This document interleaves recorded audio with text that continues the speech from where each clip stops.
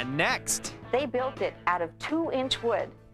They nailed him in with 7 pounds of nails.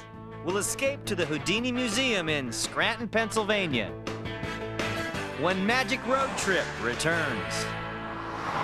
One man set the standard for magic and illusion, and his name was Harry Houdini.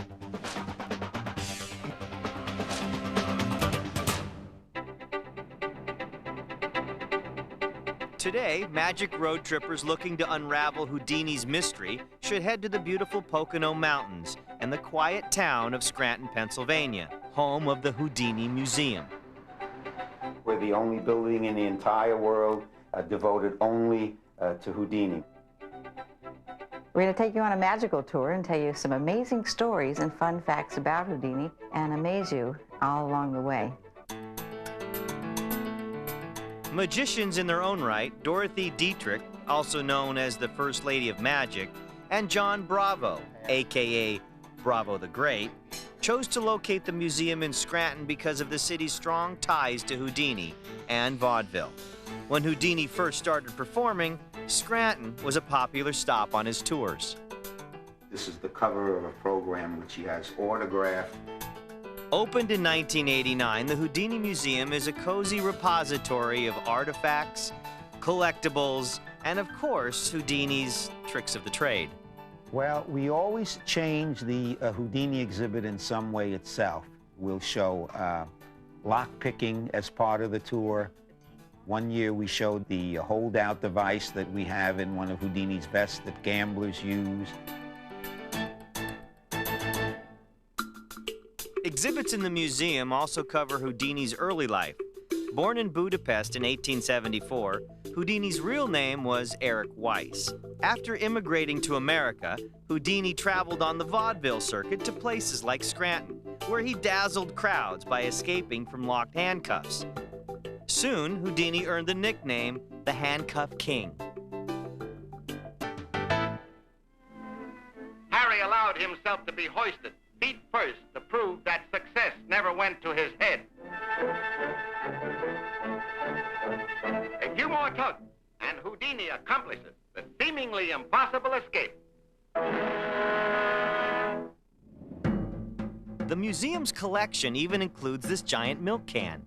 In 1908, the magician had himself locked inside of it. Then, the can was thrown into the water and, miraculously, Houdini escaped. The audience is out of breath for a long time. They can't believe it. 2.5 minutes, 3 minutes. The audience is yelling, come on, get him out of there. The man is drowning, get him out of there. What the audience didn't realize was that Houdini could hold his breath underwater for over 4 minutes. That talent came in handy when Houdini had himself locked inside a packing crate built by the employees of the J.B. Woozy Corporation in, where else? Scranton. They built it out of 2-inch wood. They nailed him in with 7 pounds of nails.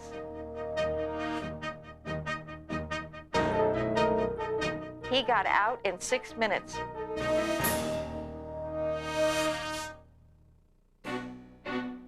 But Houdini didn't reserve his talent solely for magic. In 1921, he received a patent for an invention that was both practical and life-saving. He invented a deep-sea diving suit with a quick release on it, which, if you look at this diagram, it explains right here that if you use that lever and release yourself, you can quickly release yourself from the suit and slowly swim up to the surface. The museum's collection of original copies of Houdini's books shows how the magician sought to educate others in the art of escape.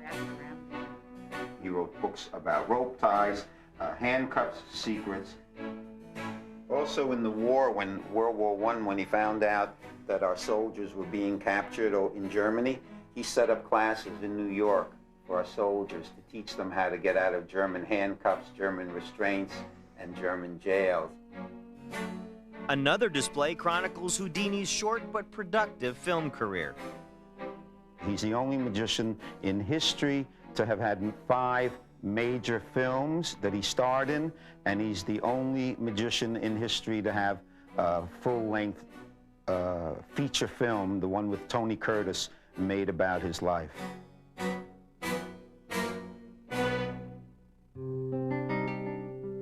In a macabre twist straight out of Hollywood, Harry Houdini died of peritonitis on Halloween night in 1926. He was only 52 years old. Many hoped that this turn of events would merely set the stage for his ultimate escape act.